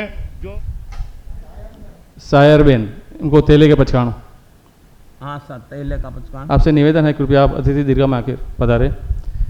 महेंद्र भाई है, वल्लभ भाई, महेंद्र भाई भी आहिर, वो भी आगे आके अपनी अतिथि दीर्घा में बैठे। आगे आई जाओ महेंद्र भाई। आज आपके बेले का पचकान, बेला छठम बत्तम पचकाई दिन का तिरिया रात का चौया रश्नम पानम साइमम साइमम महेंद्र भाई अनथना वगैनम बहुत तपस्या करने वालों को धन्यवाद। आज का आइंबिल, आज 14 है कहीं करना आम्बिल आइंबिल था वगैनम शास्त्रगण गेत संसचन उखित विज्ञान पुरुषो खेनम सब समाहि वत्यागारेणम बहुत। तपस्या करने वालों को धन्यवाद। आज का एकासन, जिन एकाशना वगैनम शास्त्रगण गुरु उठानेनम महत्रागारेणम सब समाहि वत्यागारेणम वो श्रे। तपस्या करने वालों को बंधुओं, श्रद्धे आचार्य भगवान के जन्मदिन के उपलक्ष्य में अधिक से अधिक आइंबिल तप की आराधना करना है और आचार्य भगवान के प्रति अपनी भक्ति और आस्था का परिचय देना है। मैं समझता हूँ 108 से ऊपर आंकड़ा जाएगा और भाई बहन उस दिन आइंबिल तप करके आचार्य भगवान के प्रति अपनी भक्ति अवश्य प्रदर्शित करेंगे। पूरे देश भर के अंदर लगभग 90,000 आइन बिल कराने का लक्ष्य चल रहा है, उसमें अपने यहाँ से भी अधिक आइन बिल होने चाहिए, ऐसा संकल्प है। पूरे देश भर के अंदर आइन बिल कराए जा रहे हैं और उसकी संख्या हजारों में होगी। आप सब लोग भी उसमें जुड़ करके आचार्य भगवान के प्रति पुष्य नक्षत्र भी है और उस दिन पुष्य नक्षत्र भी है। क्या बात है! पुष्य नक्षत्र का मतलब दिन भी बहुत बड़ा है, दिन भी शुभ है, और ऐसे शुभ दिन में जब तप किया जाता है तो आत्मा को बड़ा सुकून मिलता है। सभी भाग्यशाली ध्यान रखेंगे। गई ये सारी चर्चा कल प्रवचन के अंदर आपके सामने करने की भावना रहेगी। अपने कामरेज के ही नहीं, आसपास के क्षेत्रों के लोग भी कल आगे आज के अतिथियों का सम्मान की कड़ी में मैं आज के स्वागतकर्ता परिवार श्रीमान सुरेश कुमार जी, श्री जीवन जी, श्रीमान दिलीप कुमार जी, बाबेल, सायण, कामरेज, रासमी, उन्हें निवेदन करूंगा आप आगे पधारे। और हमारे अतिथियों के सम्मान में सबसे पहले श्रीमान गौतम चंडी साहब मेहता, चेन्नई, आप आगे पधार जाए। श्रीमान गौतम चंडी साहब मेहता एवं श्रीमान संपत राजी साहब मेहता, दोनों बंधु है, दोनों साथ में आ जाए। इन्होंने बीम में गौतम स्वागत की इसी कड़ी में आगे हमारे श्रीमान वल्लभ भाई आहिर और श्रीमान महेंद्र भाई आहिर, उन दोनों को भी मैं कहूँगा आप दोनों साथ में पधार जाए। वल्लभ भाई आहिर जो प्रमुख सूरत जिला हिंदू धर्म सेना गौ रक्षक है और यहाँ पर बिल्डर के व्यवसाय से जुड़े हुए हैं, और इन्होंने भी गुरुदेव तेले तप की भावना प्रकट की है और हिंदू धर्म का संरक्षण करते हुए गौ माता की रक्षा के लिए जो अपना अहर्निश सहयोग देते हैं, तप करने का मानस बनाया। संजय भाई को भी बहुत बहुत धन्यवाद। आज की धर्म सभा में हमारे जो दे दिए, हमारे जो श्री संघ में आने वाले धार्मिक कार्यक्रम है उसमें सबसे पहले 25 तारीख को द्वितीय आचार्य सम्राट परम पूज्य गुरुदेव श्री आनंद ऋषि जी महाराज की 126वीं जन्म जयंती पर हम आइन बिल दिन मनाने के श्री संघ में कार्यक्रम रखा है, और उसी कड़ी में हमारे पास गुरुदेव अभी तक 100 से आसपास 100 के ऊपर भी आ गए हैं, और हमारे जीवन जी सर का कहना है कि जो भी हमारे पदाधिकारी है उसमें से अधिकतम पदाधिकारी भी आइन बिल रखने के भाव रखेंगे। बहुत अच्छी बात। और आपकी जो अपेक्षा है 108 लगभग हमारी इससे डबल की गिनती है, और उसे हम हासिल करके रहेंगे। बहुत बढ़िया है जी। आज और आगे की उस आइन बिल व्यवस्था के जो भी आइन बिल तब आराधक होंगे उनकी भोजन व्यवस्था महावीर भवन पर रखी गई है, और उनके लाभार्थी हमारे चातुर्मासिक अध्यक्ष श्रीमान दिनेश जी पोखरना परिवार मोखंदा पॉकेट मॉल वाले, उनकी तरफ से रखी गई है।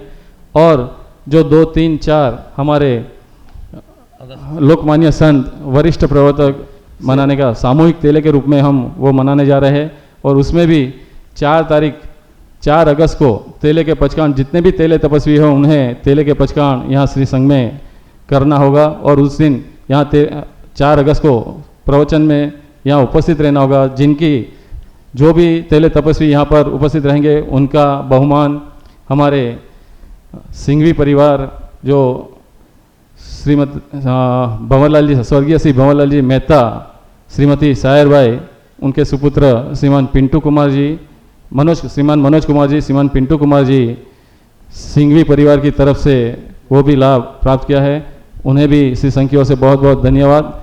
तो सभी तेले तपस्वियों को निवेदन है आप 4 अगस्त को यहाँ पर उपस्थित रहे। उस दिन तेले तपस्वियों की रैली वरघोड़ा भी निकालने का आयोजन श्री संघ ने संकल्प लिया है। तो आप सभी इस धार्मिक कार्यक्रमों में अधिक से अधिक संख्या में पधार कर लाभ लेवे। और हमारे पास वो कल भवन पर ये पत्र आनंद ऋषि जी महाराज के जीवन चरित्र के बारे में भी आप सबको दिया गया है, और उसी आनंद ऋषि जी महाराज के जीवन चरित्र बारे में ये सिलेबस है, उसकी परीक्षा का आयोजन भी हमारे भवन पे रखा गया है। वो दिनांक 27 तारीख को इसकी परीक्षा ली जाएगी। जिनको रुचि हो कृपया इस परीक्षा में भाग लेना चाहते हो वो ये सिलेबस प्राप्त कर लेवे और 27 तारीख परीक्षा में उपस्थित रहे। आज के प्रवचन के जो सार थे उसमें हमारे परम पूज्य तत्वचिंतक पूज्य गुरुदेव श्री सागर मुनि जी महाराज के द्वारा हमें यह बात बताई गई कि हमें किसी भी संस्था, संघ या समाज में या किसी भी क्षेत्र में योग्य पद पर अयोग्य व्यक्ति का कभी भी उन्हें अयोग्य व्यक्ति की पद न देना चाहिए। अगर हमें संस्था, समाज और संघ सुचारू रूप से चलाना हो तो योग्य व्यक्ति को ही योग्य पद पर उन्हें वो जवाबदारी देने का रखे। और वैसे ही गौतम जी महाराज ने भी हमें प्रवचन में आप पधारे हो तो अपना मन ध्यान केंद्रित करते हुए 5 चीज़ों का उल्लेख किया। उसमें गुरुदेव वाचना, पूछना, प्रयत्न, धर्म कथा, अनुप्रेक्षा और अनुपेक्षा, और 5वां धर्म कथा। और 5वां धर्म कथा, इन चीज़ों का बहुत अच्छा याद रखा आपने। ऐसा ही सभी को याद भी रखना है और लिख कर के रखेंगे। कभी किसी दिन भूल जाए तो देखने पर आपको वापस वह सारी बातें याद आ जाएगी। हम सभी इस प्रवचन में जो उपस्थित रहते हैं तो हमारा ध्यान केंद्रित करके उनकी वाणी का ठीक तरह से श्रवण करके हमारे जीवन में आचरण करने का प्रयास करेंगे तो हमारा जीवन धन्य होगा।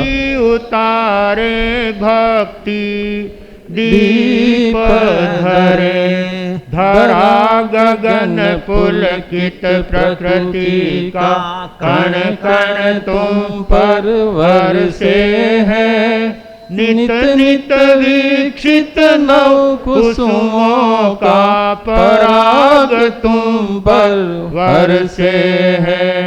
चंदो मुलक मुलक मुलकांत सूरज, कण कण में दमकांत। आरती उतारे भक्ति दीप धरे, कर तुमको धन्य धरा जिन शासन गौरवशाली है। कदम कदम पर नव वसंत है, कदम कदम दिवाली है। पाकर दर्शन सब हर शांत, जय जय त्रिभुवन पूजित संत। आरती उतारे भक्ति दीप धरे, जनक किशोरी के सुत पर या त्रिभुवन आज न्योछावर है। अम्बा गुरुवर मंगल मूरत, समता साधक मुनिवर है। मौतिक शिष्य संत गुणवंत, सब जन धन धन शब्द वदंत। आरती उतारे भक्ति दीप धरे, फतेह नगर की पुण्य धरा पर पावन धाम महान है। स्वर्ग सिधारे जहाँ पर लाखों भक्तों के भगवान है। सेवा करते सुर नर वृंद, मिटते जन्म जन्म के द्वंद्व। आरती उतारे भक्ति दीप धरे, कीर्ति कंगना धारण करती, दसों दिशाएं हर्षित है।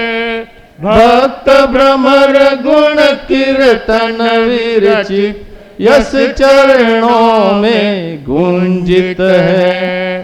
प्रतिपल वर्धित कुंदानंद, जय जय अक्षय आनंद कंद।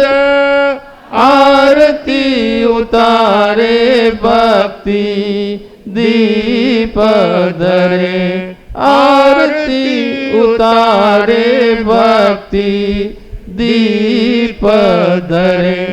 आरती उतारे भक्ति दीप धरे। बोलिए मेवाड़ संघ शिरोमणि पूज्य प्रवर्तक गुरुदेव श्री अंबालाल जी महाराज साहब की जय हो।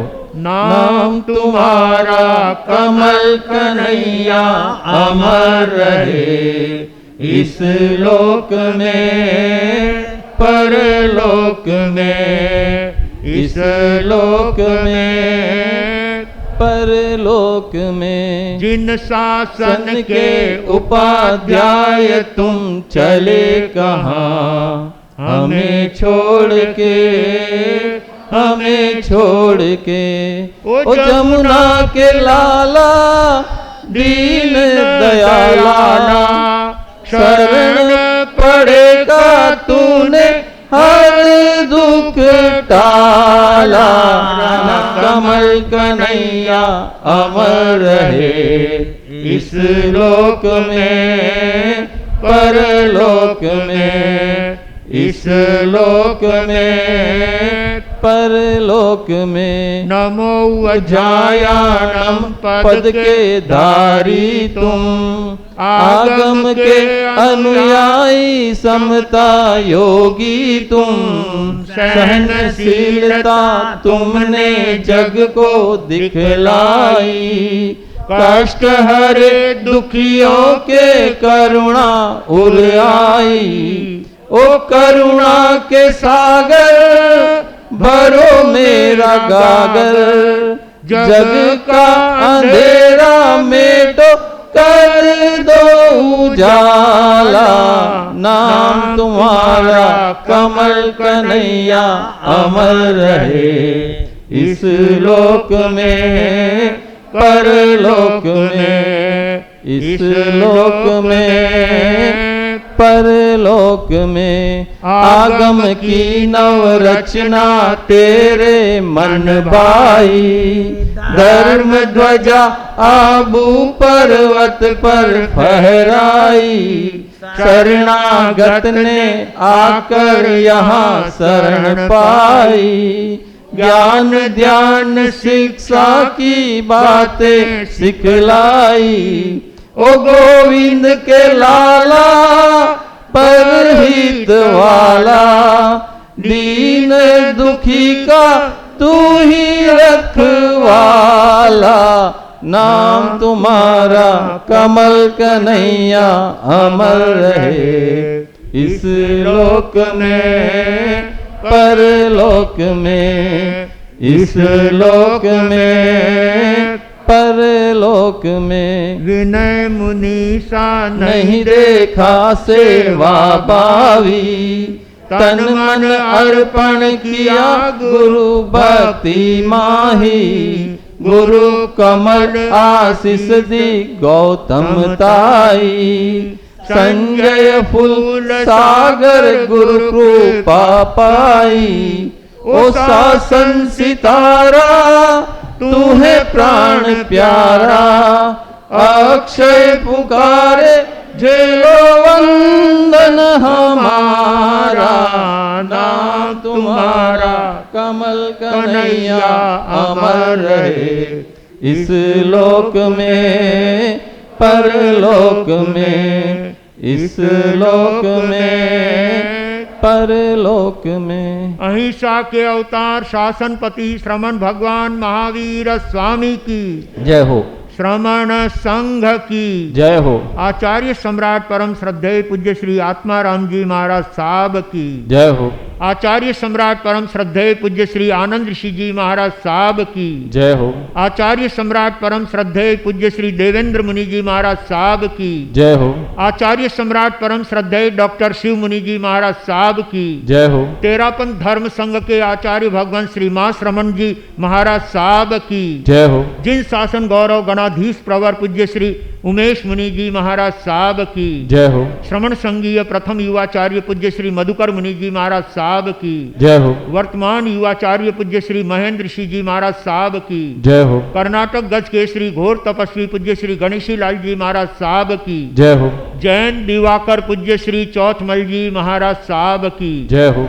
श्रमण सूर्य मरुधर के श्री पूज्य श्री मिश्रीमल जी महाराज साहब की जय हो। मेवाड़ संघ शिरोमणि पूज्य प्रवर्तक गुरुदेव श्री अंबालाल जी महाराज साहब की जय हो। राजस्थान के श्री उपाध्याय प्रवर पूज्य श्री पुष्कर मुनि जी महाराज साहब की जय हो। उपाध्याय प्रवर आगमन योग प्रवर्तक पूज्य गुरुदेव श्री कन्हैया लाल जी महाराज साहब की जय हो। मेवाड़ मुकुटमणि पूज्य गुरुदेव श्री हस्तीमल जी महाराज साहब की जय हो। अहिंसा दिवाकर शेरे राजस्थान लोकमान्य वरिष्ठ प्रवर्तक पूज्य श्री रूपचंद जी महाराज साहब की जय हो। श्रवण संघीय महामंत्री मेवाड़ गौरव पूज्य गुरुदेव श्री सौभाग्य मुनि जी महाराज साहब की जय हो। मेवाड़ प्रवर्तक भोले बाबा पूज्य गुरुदेव श्री मदन मुनि जी महाराज साहब की जय हो। महाराष्ट्र प्रवर्तक पूज्य श्री कुंदन ऋषि जी महाराज साहब की जय हो। मारवाड़ प्रवर्तक पूज्य श्री शुकन मुनि जी महाराज साहब की जय हो। उप प्रवर्तक आगम प्रभावक कमलकुल दिवाकर पूज्य श्री विनय मुनि जी महाराज साहब की जय हो। प्रवचन गज केसरी उप प्रवर्तक परम पूज्य गुरुदेव श्री गौतम मुनि जी महाराज साहब की। मेवाड़ भास्कर परम पूज्य श्री कोमल मुनि जी महाराज साहब की। तपो केसरी श्री संजय मुनि जी महाराज साहब की। तत्वचिंतक श्री सागर मुनि जी महाराज साहब की। नव दीक्षित श्री चैतन्य मुनि जी महाराज साहब की। राजस्थान सिंहणी गुरुणी मैया श्री प्रेमवती जी महाराज साहब की। सभी साधु संतों की, आज के आनंद की, बाहर से पधारे हुए अतिथियों का श्री संघ की ओर से मैं करबद्ध निवेदन करते हुए कहना चाहूँगा, आप गौतम प्रसादी का लाभ लेकर श्री संघ को अनुग्रहित करें और हमारे चातुर्मास के चारों महीना हर दिन प्रभावना के लाभार्थी श्रीमान मोहनलाल जी शाह, भीमराज जी शाह सांकरिया, सांडेराव, कला मंदिर ज्वेलर्स लिमिटेड, कोसंबा, सूरत। आगे आज के